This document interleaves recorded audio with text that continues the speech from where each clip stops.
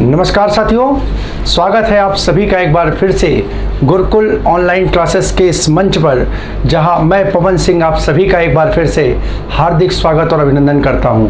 साथियों, जैसा कि आगामी पुलिस भर्ती और पैट परीक्षा को ध्यान में रखते हुए हमारे संस्थान की ओर से एक विशेष मुहिम के तहत आपको कुछ सत्रों का आयोजन किया जा रहा है। एक विशेष मुहिम के तहत हम आपके सामने उपस्थित हो रहे हैं। इसी अंक में, इसी कड़ी में, आज के अंक में हम आपके सामने एक बार पुनः उपस्थित हैं हिंदी के कुछ महत्वपूर्ण प्रश्नों के साथ। तो आइए साथियों, उन प्रश्नों पर हम अपनी चर्चा को प्रारंभ करें। उससे पहले एक बार फिर से मेरा उन सभी लोगों से निवेदन जिनका कि नाम शॉर्ट लिस्ट हुआ है लेखपाल के डीवीआर अभियान के लिए, उनमें से हमारे वो छात्र या वो मित्र या हमारे सहयोगी जो पूर्व में किसी न किसी सरकारी सेवा में कार्यरत हैं, अपनी सेवाएं प्रदान कर रहे हैं, उन सभी से मेरा निवेदन है कि वो इस डीवीआर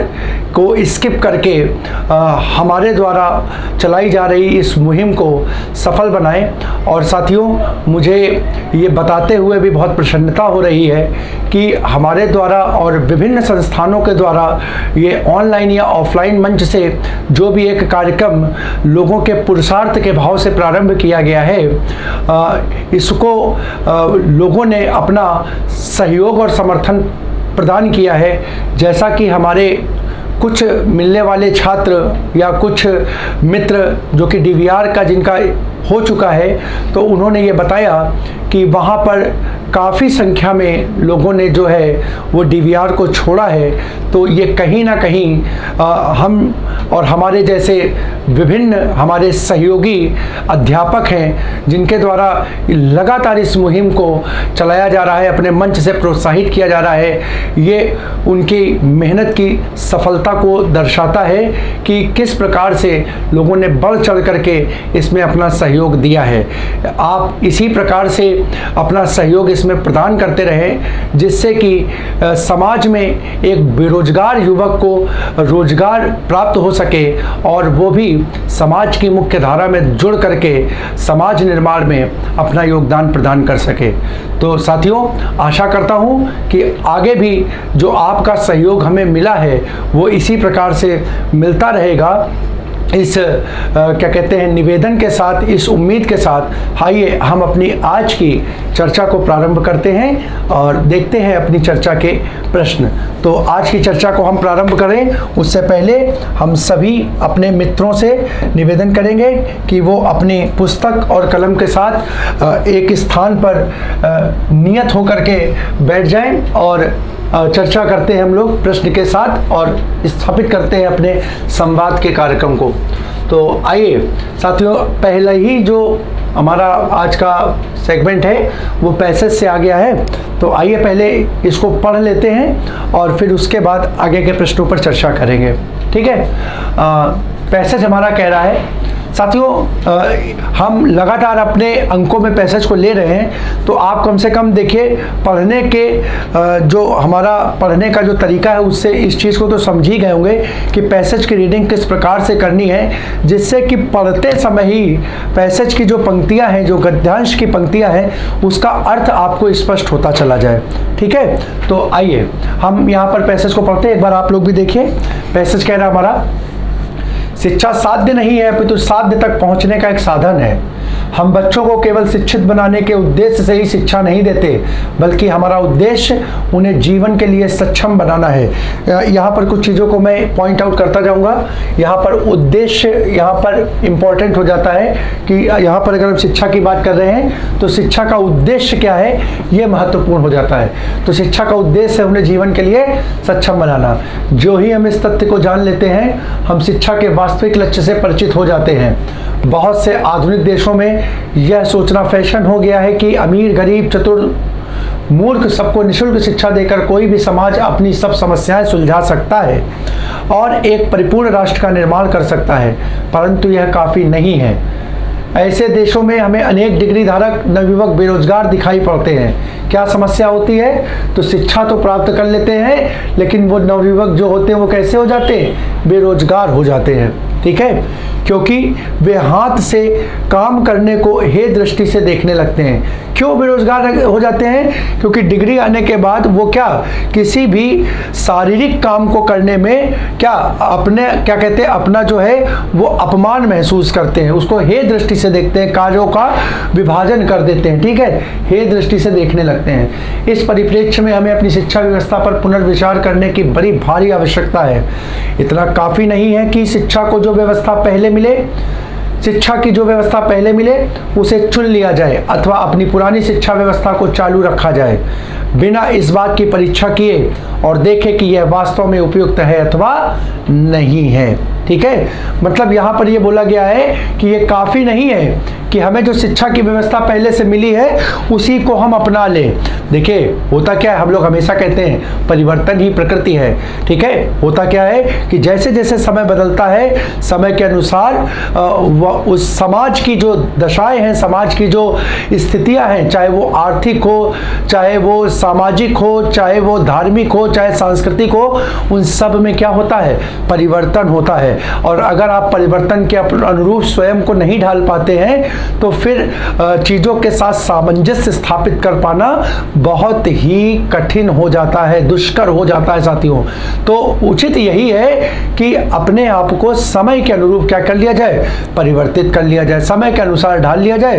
तो आप क्या होगा, समय के अनुसार अगर अपने आप को ढालेंगे तो चीज़ों को अच्छी प्रकार से ग्रहण करके और उसके अनुरूप अपने जीवन को आगे बढ़ा पाएंगे। तो यहीं पर यह कह रहा है कि ऐसा जरूरी नहीं कि जो चीज पुराने समय से चली आ रही है, हो सकता है उस समय के लिए तत्कालीन परिप्रेक्ष्य में वो चीज़ें सही थी, वर्तमान परिप्रेक्ष्य के हिसाब से वो चीज़ें क्या हो उतनी ज़्यादा ठीक है क्या उनको मान्यता ना मिलती हो। तो समय के अनुसार इन चीज़ों को क्या परिवर्तन कर लेना चाहिए। तो वही वो कह रहा है, शिक्षा व्यवस्था जो पहले मिले उसे चुन लिया जाए, जरूरी नहीं, अथवा पुरानी व्यवस्था को चालू रखा जाए, उसमें परिवर्तन भी कर सकते हैं। ठीक है, बिना इस बात की परीक्षा किए और देखें कि वास्तव में उपयुक्त है कि नहीं। तो समय के अनुरूप उसमें परिवर्तन होना चाहिए। तो आइए, ये हमारा पैसेज था।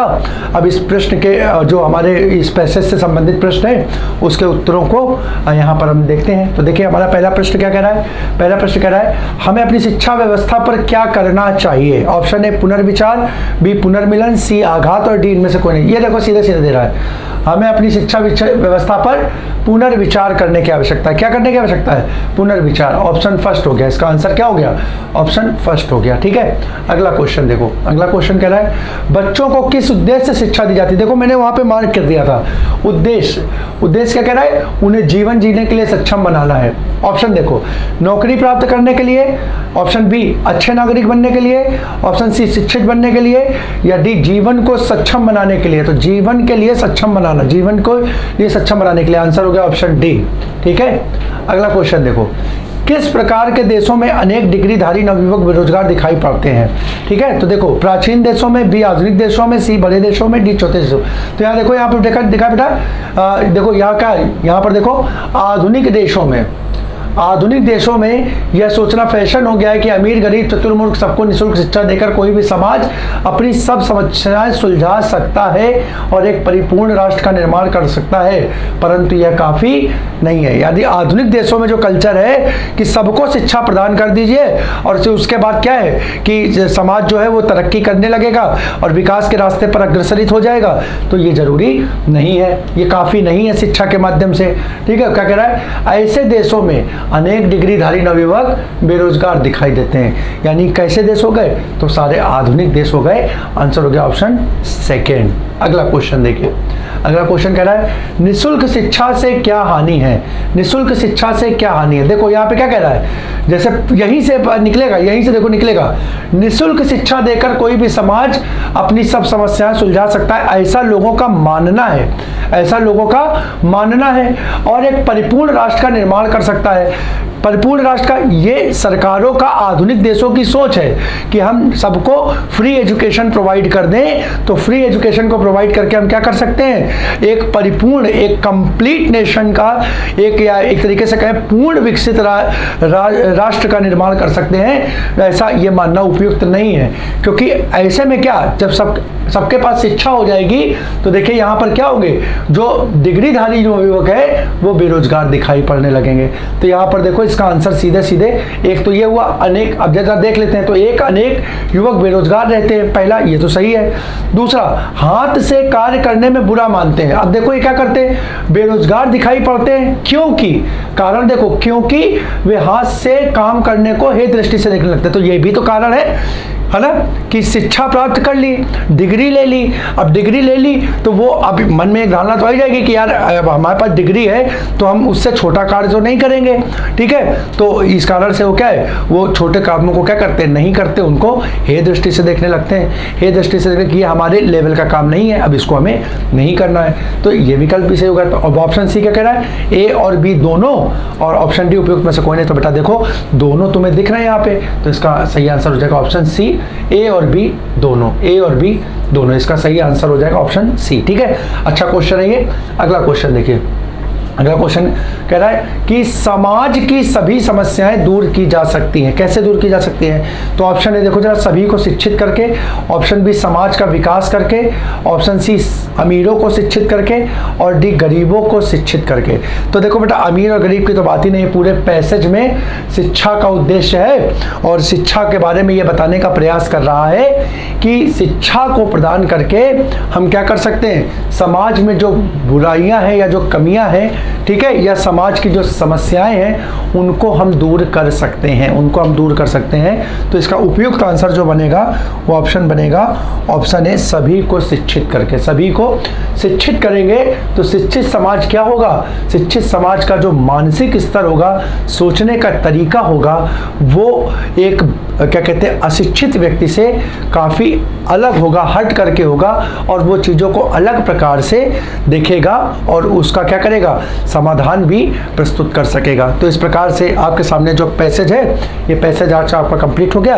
आइए अब अगले अपने प्रश्नों की चर्चा को देखते हैं। तो हमारा अगला प्रश्न क्या कह रहा है, अब अगला प्रश्न हमारा देखो कह रहा है, हम नवीन भारत के सैनिक हैं, वाक्य में विशेष है, वाक्य में विशेष है। ऑप्शन ए सैनिक, बी नवीन, सी भारत, और डी हम।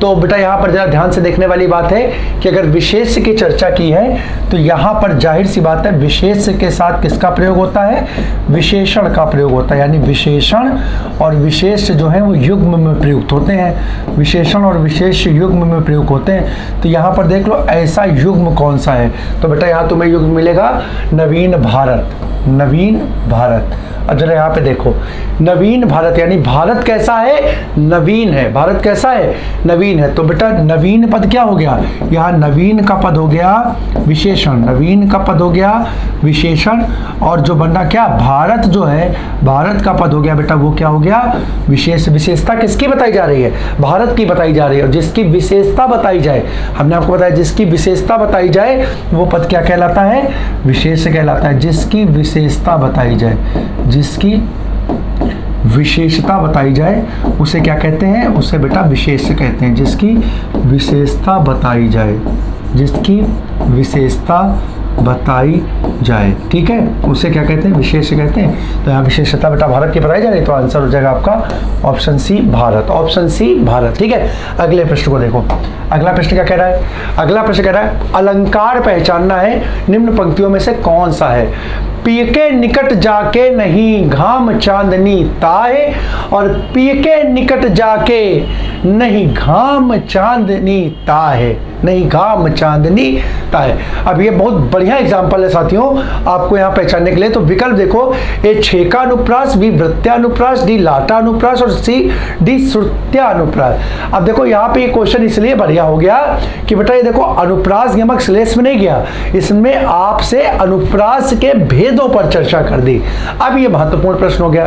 तो पहले तो यहाँ पे यही जान लो कि अनुप्रास के कितने भेद होते हैं। तो बेटा अनुप्रास के आपको बता चुके हैं, बताइए अनुप्रास के 5 भेद होते हैं, 5 भेद होते हैं। कौन कौन से होते हैं, तो होता है छेका, छेका, वृत्त्या, वृत्त्या, लाटा, लाटा, फिर श्रुत्या, श्रुत्या, और फिर आखिरी में अंत्या, आखिरी में अंत्या।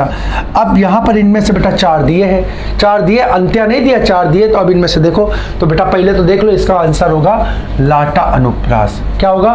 लाटा अनुप्रास। अब लाटा अनुप्रास होता क्या है, यहीं पर परिभाषा के माध्यम से समझ लो। तो बेटा लाटा अनुप्रास जो है वो क्या कहता है, यहाँ पे मैं आपको एक्सप्लेन कर दे रहा हूँ। लाटा अनुप्रास जो कहता है वो क्या कहता है कि किसी पद की आवृत्ति, पद की आवृत्ति होने पर, आवृत्ति होने पर, अथवा पद के किसी वर्ण में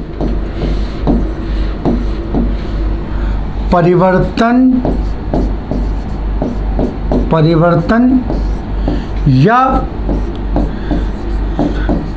विराम चिन्ह के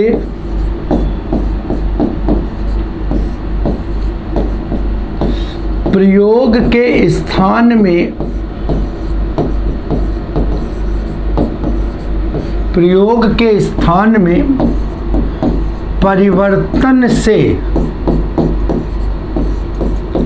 परिवर्तन से काव्य का अर्थ बदल जाए, काव्य का अर्थ बदल जाए, अर्थ बदल जाए, ये चीज है। देखो ये है इसकी परिभाषा। अब हम तुमको यहाँ बताते हैं अच्छे से क्या कहना चाह रहा है, इसको देखो समझो। इसकी परिभाषा देख लो, परिभाषा क्या कहता है। यहाँ पर देखो, तुम बहुत अच्छे से देख रहे हो कि जो पद यानी जो पंक्ति यहाँ पर लिखी हुई है, पी के निकट जाके नहीं घाम चांदनी ताहे, वही पंक्ति यहाँ पर नीचे लिख दी है, कोई बिना किसी परिवर्तन के, बिना किसी परिवर्तन के। तो ये लाटा अनुप्रास जो कहता है बेटा, वो क्या कहता है, देखो अनुप्रास का मतलब होता है आवृत्ति, ठीक है, आवृत्ति तुम्हें दिखाई देती है। तो यहाँ पर बेटा देखो पद की आवृत्ति हो गई, क्या हो गई, पद की आवृत्ति हो गई।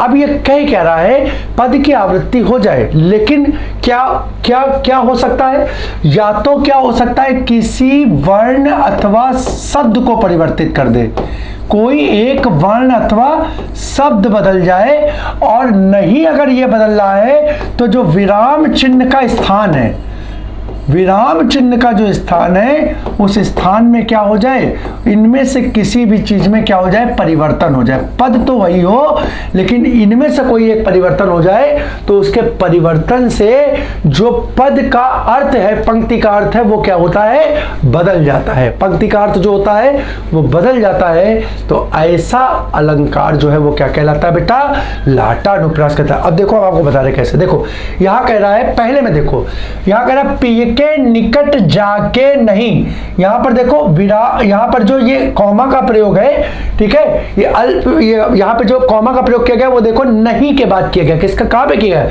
नहीं के बाद किया गया। जबकि यहां देखो, यहां कह रहा है पी के निकट जाके, यहां पे प्रयोग किया गया, कॉमा पे यहां पे प्रयोग किया गया, और फिर कह रहा है नहीं घाम चांदनी ताहे। अब दोनों की मीनिंग देखो, देखो यहां क्या कह रहा है, पी के निकट जाके नहीं, इसका मतलब क्या कह रहा है कि जाके नहीं मतलब जिसके पिया, यहां पर प्रेमी की बात हो रही है, ठीक है। यहां पर कह रहा है कि नायिका जिसका प्रेमी क्या हो, उसके निकट नहीं हो, घाम चांदनी ताहे, उसके लिए क्या है, उसके लिए धूप और बारिश है, ठीक है। अब नहीं होगा तो उसे क्या होगा, विरह की अग्नि घाम के समान लगेगी, या याद होगी तो क्या होगी, उसको क्या कहते हैं, आंखों से क्या होगी, आंखों से उसके वर्षा होगी, ठीक है। तो वर्षा उसको शीतलता का कार्य करेगी, चांदनी ताहे।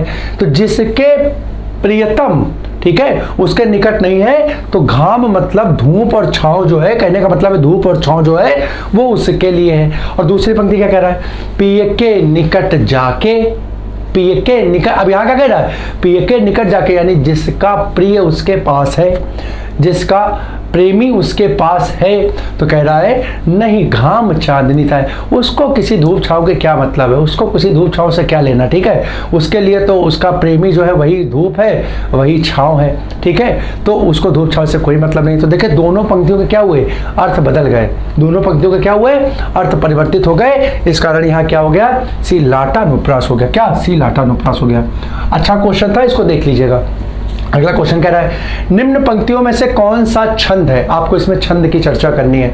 तो कह रहा है बिनु सत्संग विवेक न होई, राम कृपा बिनु सुलभ न सोई। तो देखो बेटा अच्छे से अगर आप थोड़ा सा पढ़ोगे तो ये समझ में तो आ ही जाएगा, आंसर हो जाएगा इसका सी चौपाई छंद हो जाएगा। लेकिन आप कहोगे सर जी ये हम कैसे पहचाने, आपने तो बता दिया। तो हम कहेंगे कोई दिक्कत नहीं है, छंद की पहचान क्या होती है, उस छंद की मात्राएं तो आप उठा करके देख लो। यहाँ पे मैं एक पंक्ति लिख दे रहा हूँ, बिनु सत्संग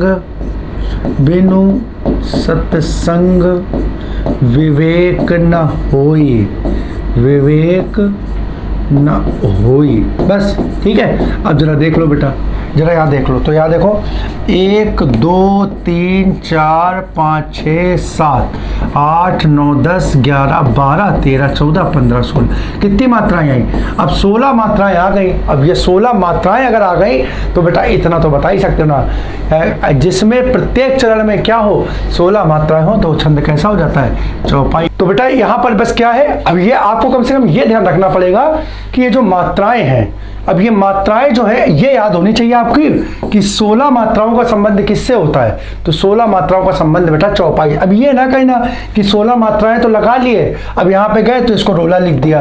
अब ऐसी चीज होगी तो बेटा फिर इसको तो फिर बिल्कुल ये तो क्या कहते हैं, ये तो जिसको हम कह सकते हैं ना कि नाकाबिले बर्दाश्त गुनाह हो जाएगा। ये गुनाह, गलती नहीं होगी, इसको गुनाह की श्रेणी में रखा जाएगा। और गुनाह की फिर क्या होती है, सजा होती है, और वो सजा फिर आपको बहुत भारी चुकानी पड़ेगी। तो ये कम से कम याद रखिएगा कि ये गलत होगा, 16 आएगा तो चौपाई हो जाएगा, ठीक है पक्का। यहाँ पर जरा आपने लिख दिया था तो हमारे बच्चों अच्छे से कमेंट में हमको बता देना कि रोला के प्रत्येक चरण में कितनी मात्राएं होती हैं। अब रोला का प्रत्येक, अच्छा मैं यहाँ पर देख रहा हूँ कुछ बच्चे जो हैं वो लगातार मतलब बहुत से बच्चे हैं, बहुत से जुड़ते हैं, कई हमारे हैं देखने वाले व्यूअर, लेकिन जैसे उसमें हमें ऐसा लगता है कि कुछ लोग फॉर्मेलिटी करके ही जाते हैं, लेकिन कुछ मेरे प्यारे बच्चे जो लगातार वीडियो को देखते हैं उनका एक एक प्रश्न को लेकर के कमेंट रहता है। कुछ उसमें से जैसे हम भी, आप लोग ये ना समझिए कि हम उसको देखते नहीं हैं, आपके एक एक कमेंट को हम डेली देखते हैं और उस पे जो भी क्या कहते हैं आपका, आप उसको ध्यान रखिए, आप ये इसको बहुत अच्छे से समझ लीजिए कि हमारे जितने भी हमारे मित्र हैं, छात्र हैं, साथी हैं, सहयोगी हैं, अगर वो वीडियो देख करके कमेंट किए हैं तो आप किसी भी वीडियो में जाकर के देख सकते हैं बच्चा। ये मैं मतलब ये अपनी पुष्टि कर रहा हूं और आपको ये विश्वास दिला रहा हूं कि आपके लिए हम वहां पर हमेशा उपस्थित हैं। मतलब आप वहां पर अपने कमेंट पे, अगर आपने कमेंट दिया है तो बेटा आप जाकर के देख सकते हैं, आपका कमेंट छूटा नहीं होगा, उस कमेंट पे एक लाइक आपका जरूर होगा। और मेरे प्यारे बच्चों आपको बताऊं कि वो एक लाइक जो होता है वो आपके सर जी का ही होता है जो आप लोगों के कमेंट पे करते हैं। किसी के पे 2 3 4 हो जाएंगे तो वो फिर उनके पर्सनल हो सकते हैं, लेकिन हर व्यक्ति जो मेरे वीडियो को देख करके उस पर रिप्लाई देता है, कुछ बच्चों के तो नाम भी मुझे याद हो रहे हैं कि जो लगातार कमेंट करते हैं। बच्चों का मंच से बोलना उचित नहीं, लेकिन उनका एक उत्साहवर्धन के लिए हम बताएं, जैसे मोहित एक लड़का है, वो लगातार वीडियो देखता है, लगातार उस पूरे प्रश्न को लेकर के। ऐसे ही एक प्रजापति करके एक लड़का है, वो उसके भी लगातार कमेंट आते वीडियो पे। त्रिशा करके शायद एक बिटिया है, शिखा करके एक बिटिया है। मतलब इन सब को मैं बहुत बहुत धन्यवाद देता हूं और इनके उज्जवल भविष्य की कामना कि बेटा इसी तरह मेहनत करते रहो, सफल होते रहो और परीक्षा में तुम्हारा चयन होगा, ठीक है। तो देखो बेटा आधे घंटे 45 मिनट का समय हम आपसे मांगते, ज्यादा नहीं, और उसमें हम आपको पूरी तरीके से जितना भी संभव हो वो आपको ज्ञान जितना ज्यादा से ज्यादा वो देने का प्रयास करते हैं। तो आपका भी बेटा दायित्व है, ठीक है। तो जो लोग जुड़ रहे हैं साधुवाद, और भी मैं लोगों से निवेदन करूंगा कि वो लगातार इसी प्रकार इससे जुड़ें और सहयोग दें। तो बेटा ये आपको कमेंट देना है कि रोला के प्रत्येक चरण में कितनी मात्राएं होती हैं। अगला क्वेश्चन निम्न वाक्यांश के लिए एक शब्द लिखना है। निम्न वाक्यांश के लिए आपको एक शब्द लिखना है। जो अपने काम की जिम्मेदारी संभाले उसे क्या कहते हैं? ऑप्शन ए उत्तराधिकारी। देखो वर्तनी गलत कर दी बेटा। ऑप्शन बी जिम्मेदारी, सी उत्तराधिकारी और डी उत्तरदायी। तो यहां पर देखो जो अपने काम की जिम्मेदारी संभाले तो उसके लिए जो आंसर होगा वो हो जाएगा ऑप्शन डी उत्तरदायी। ठीक है, ऑप्शन डी उत्तरदायी हो जाएगा। अपना अगला क्वेश्चन देखो, निम्न में से शुद्ध वाक्य आपने छांटना है। शुद्ध वाक्य का चयन करना है। ए, गुरु जी के चरणों में उसने सिर झुकाया। बी, उसने सिर झुकाया गुरु जी के चरणों में। सी, सिर झुकाया उसने गुरु जी के चरणों में। डी, उसने गुरु जी के चरणों में सिर झुकाया। तो बेटा इसका सही आंसर हो जाएगा ऑप्शन डी, उसने गुरु जी के चरणों में सिर झुकाया। बाकी के तीनों इसके गलत हो जाएंगे। अगला प्रश्न देखो, तमोगुण का संधि विच्छेद है।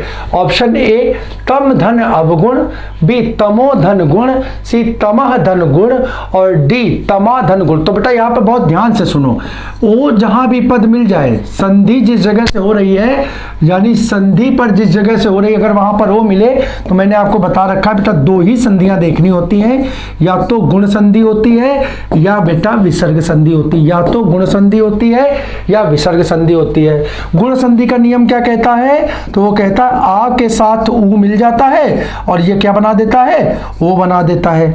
और विसर्ग संधि क्या कहती है? विसर्ग संधि कहती है कि विसर्ग बेटा किसमें? ओ में बदल जाती है। विसर्ग जो है वो ओ में बदल जाती है। अब यहां पर देख लो, बहुत अच्छे से देख सकते हो। तो यहां पर देखो बेटा, अगर यहां पर देखोगे तो यहां पर क्या, अगर इसको तोड़े यहां पे तो ये तम के साथ तो आ मिल गया, तम के साथ तो आ मिल गया, लेकिन अब यहां पर ओ चाहिए तो यहां पर उगुण होना चाहिए। और क्या उगुण कोई पद होता है? उगुण कोई पद ही नहीं होता, तभी तो ये ओ बनेगा। आ के साथ ओ मिलेगा तो ओ बनेगा, यानी उगुण कोई पद नहीं होता, तो यानी यहां पर गुण होना चाहिए। तो यानी यहां पर गुण होगा तो ये पद कौन सा हो जाएगा? तो तमह धन गुण हो जाएगा। ऑप्शन सी विसर्ग संधि का पद हो जाएगा। अगर गुण नहीं है, बस ये देखो, अगर गुण नहीं है तो बची कौन सी? विसर्ग संधि होगी, और विसर्ग संधि होगी तो पहला पद तमह धन गुण में टूट जाएगा। आंसर हो जाएगा इसका सी।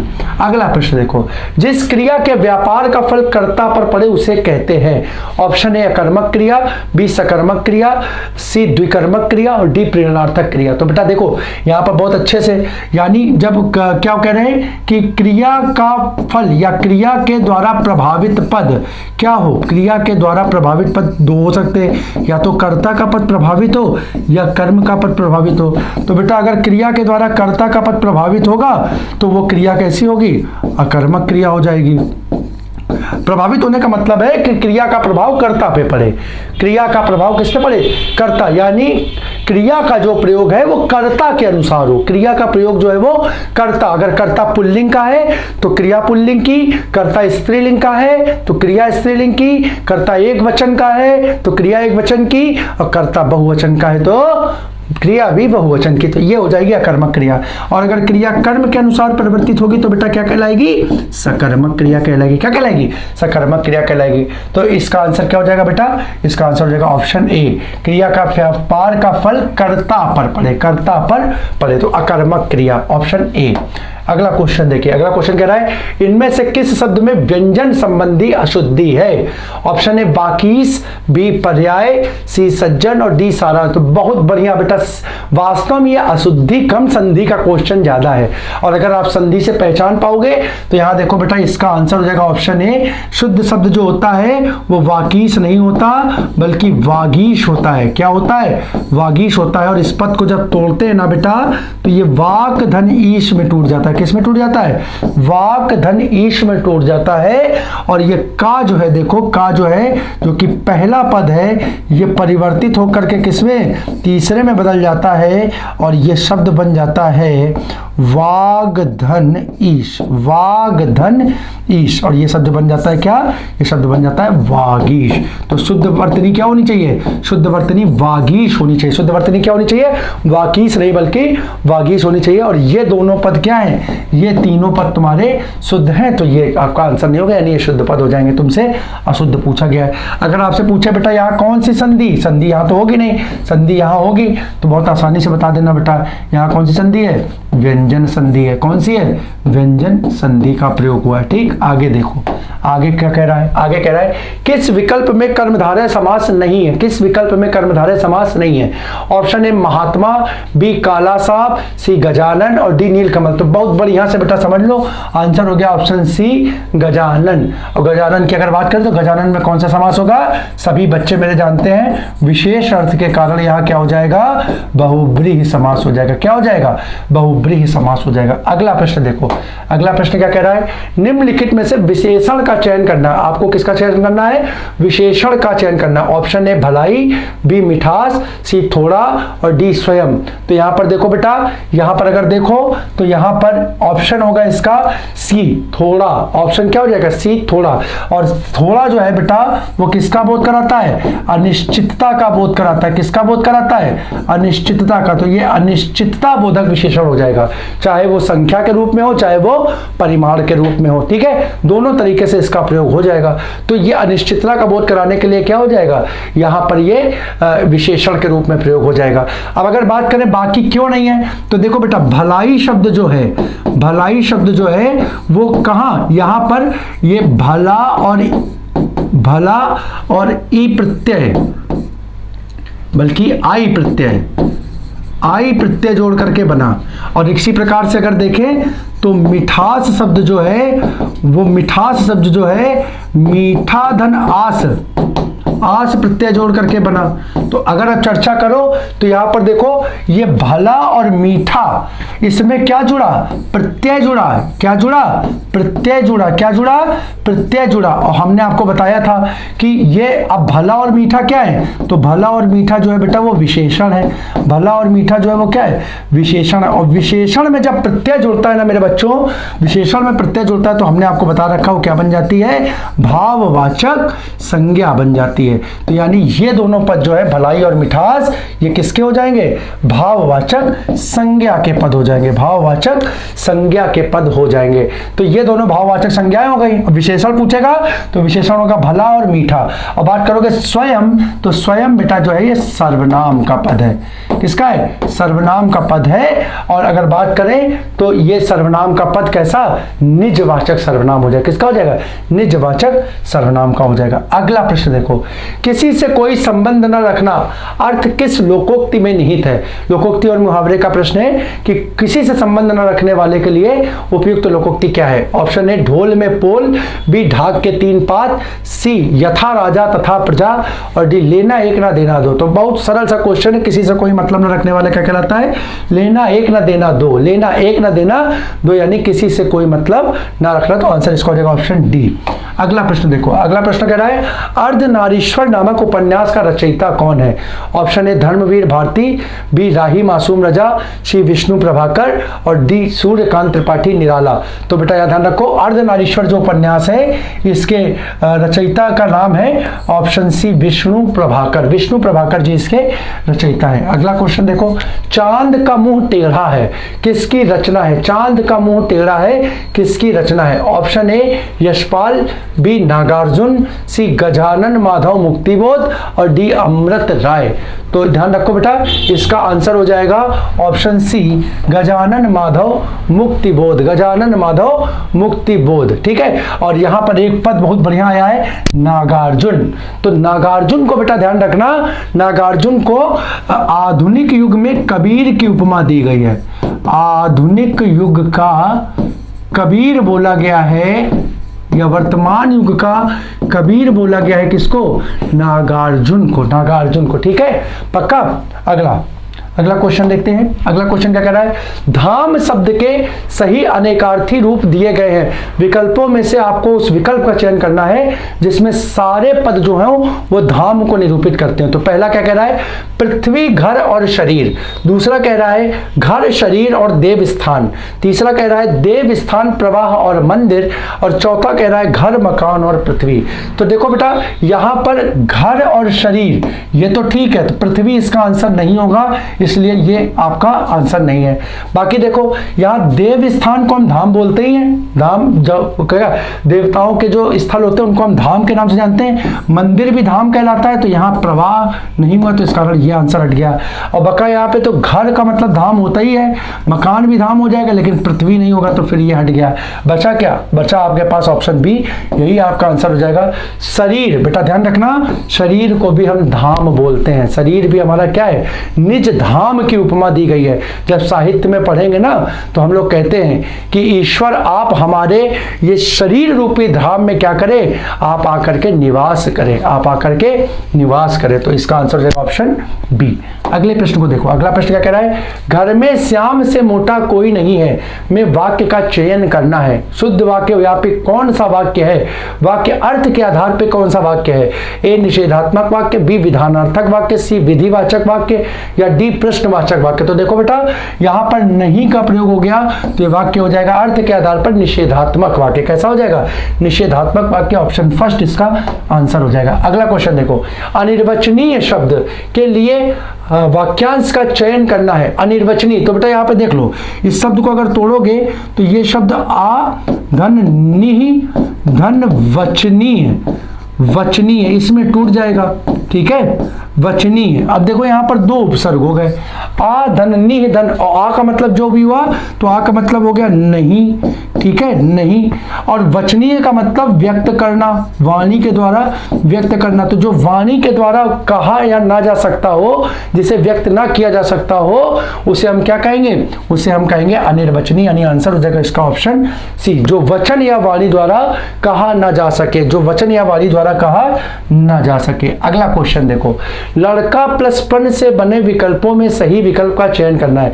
यानी यहां पर देखो, यहां पर एक पद है लड़का और दूसरा प्रत्यय है पन। अब बोल रहा है यहां से शुद्ध शब्द जो बनेगा इनके मेल से वो कौन सा होगा, तो ऑप्शन है लड़कापन, बी लड़पन, सी लड़कपन और डी लड़कपन। तो आप लोगों ने सुना ही होगा बेटा, इसका सही आंसर होगा सी लड़कपन। अब जरा ध्यान से देखो, अगर आपसे कभी कोई पूछ दे, बढ़िया क्वेश्चन यहां पर मैं आपको बताता हूं, यहां पर पूछ दे लड़कपन का पद कैसा है, तो ध्यान रखना बेटा, लड़कपन का पद जो है वो भाववाचक संज्ञा का पद है। ये चीजें बहुत इंपॉर्टेंट हो जाती है। अब देखो बनता कैसे, तो यहां पर देखो ये पद बना है लड़का और पन से मिलके। अब जरा ध्यान से देखना, एक कंडीशन तुम्हारे सामने और एक सूत्र, एक फार्मूला हिंदी का आ रहा है। आप लोगों ने अभी तक फार्मूले सिर्फ गणित में पढ़े होंगे, लेकिन देखिए हिंदी में फार्मूले किस प्रकार से बनते हैं, फॉर्मुलेट कीजिए।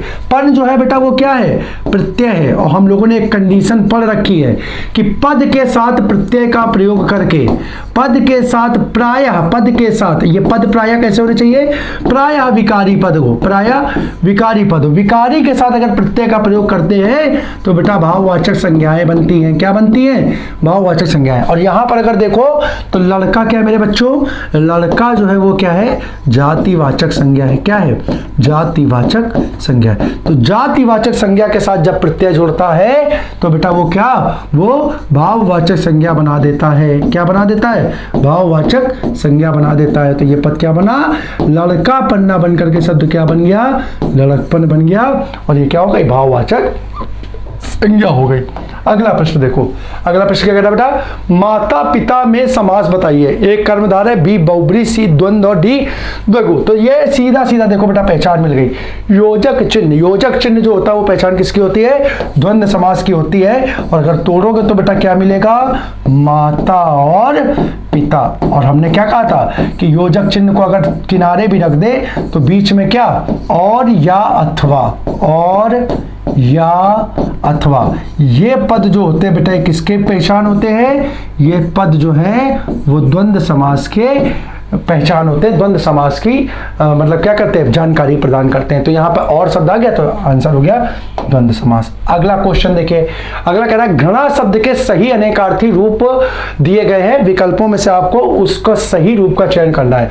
ऑप्शन ए बादल घिन, ऑप्शन बी इंद्रपुत्र और बादल, ऑप्शन सी घिन और किरण, ऑप्शन डी किरण और बादल। तो बेटा यहां पर देखो लगभग 3 विकल्पों में बादल आ गया, तो तुम्हें एक तो मालूम ही है घड़ा का मतलब घिन होता है, और बादल आ रहा तो जाहिर सी बात है बादल का हो जाएगा, इसमें घिन नहीं है, तो आंसर इसका हो जाएगा ऑप्शन ए बादल और घिन। बादल और घिन इसका आंसर हो जाएगा। अगला प्रश्न देखो बेटा, अगला प्रश्न कह रहा है किस समूह के सभी पर्यायवाची शब्द है। मानिए आपको यहां पर ऐसा विकल्प चुनना है जिसके सभी शब्द किसी एक ही पद के पर्यायवाची के रूप में प्रयोग किए जा रहे हो। तो बेटा देखो यहां पर क्या हो सकता है, ऑप्शन ए दर्पण, आईना, कांच, मुकुर, बी गात, तन, घट, घड़ा, सी अनल, नयार, अनिल, समीर, और डी रवि, हंस, पतंग और सरोज। तो बेटा बहुत अच्छे से देखो, तो इसका आंसर हो जाएगा ऑप्शन ए दर्पण, आईना, कांच और मुकुर। ये चारों शब्द जो होते हैं ये शीशे के पर्यायवाची होते हैं। किसके? शीशे के पर्यायवाची होते हैं। यहाँ पे एक आपको अच्छा शब्द मिल गया मुकुर। मुकुर मतलब याद रखना, मुकुर मतलब भी शीशा या दर्पण होता है।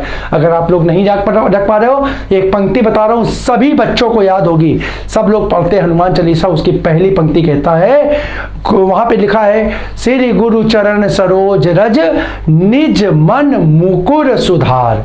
मुकुर सुधार, मुकुर का मतलब क्या हो जाएगा, मन रूपी दर्पण। मन मुकुर सुधार, मन रूपी दर्पण में, मन रूपी आईने में आप क्या हो, निवास करो, आकर के बसो। तो यहां पर मुकुर का मतलब भी क्या हो जाएगा, दर्पण से हो जाएगा। तो आंसर हो गया। अब बाकी क्यों नहीं है वो देख लो।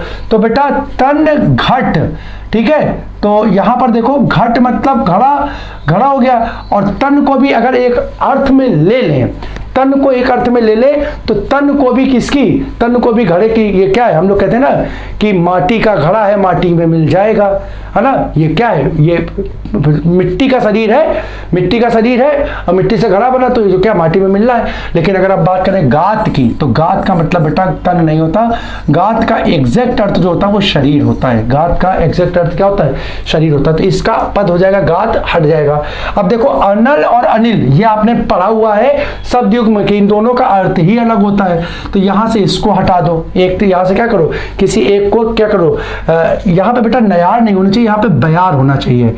अगर बयार होता ना तो यहां पर ये शब्द हट जाता, थोड़ा सा बयार कर लो, अब ज्यादा अच्छा है। बयार होता तो अब ये देखो बयार, अनिल और समीर ये तीनों हवा के हो जाते, अनल मतलब हो जाता आग, ये हट जाता। और यहां पे देख लो तो रवि, हंस, पतंग और सरोज, तो बेटा ये तीनों तो सूर्य के हो गए, ये तीनों तो किसके हो गए, सूर्य के हो गए। बच्चा जो हुआ वो किसका हो जाता, कमल का हो जाता, सरोज हट जाता। तो देखो तीनों में क्या एक एक हट गया, बचा क्या, ऑप्शन फर्स्ट हो गया, जिसके चारों ही क्या है, शीशे के या दर्पण के पर्यायवाची हैं। तो इस प्रकार से साथियों आज की हमारी जो चर्चा है उस चर्चा को हमने यहाँ पर क्या किया, पूर्ण किया। आशा करता हूँ कि आज की चर्चा जो है आप लोगों के लिए सार्थक सिद्ध होगी। और भी अच्छे नवीन प्रश्नों के साथ हम आपके सामने अगले अंक में उपस्थित होंगे।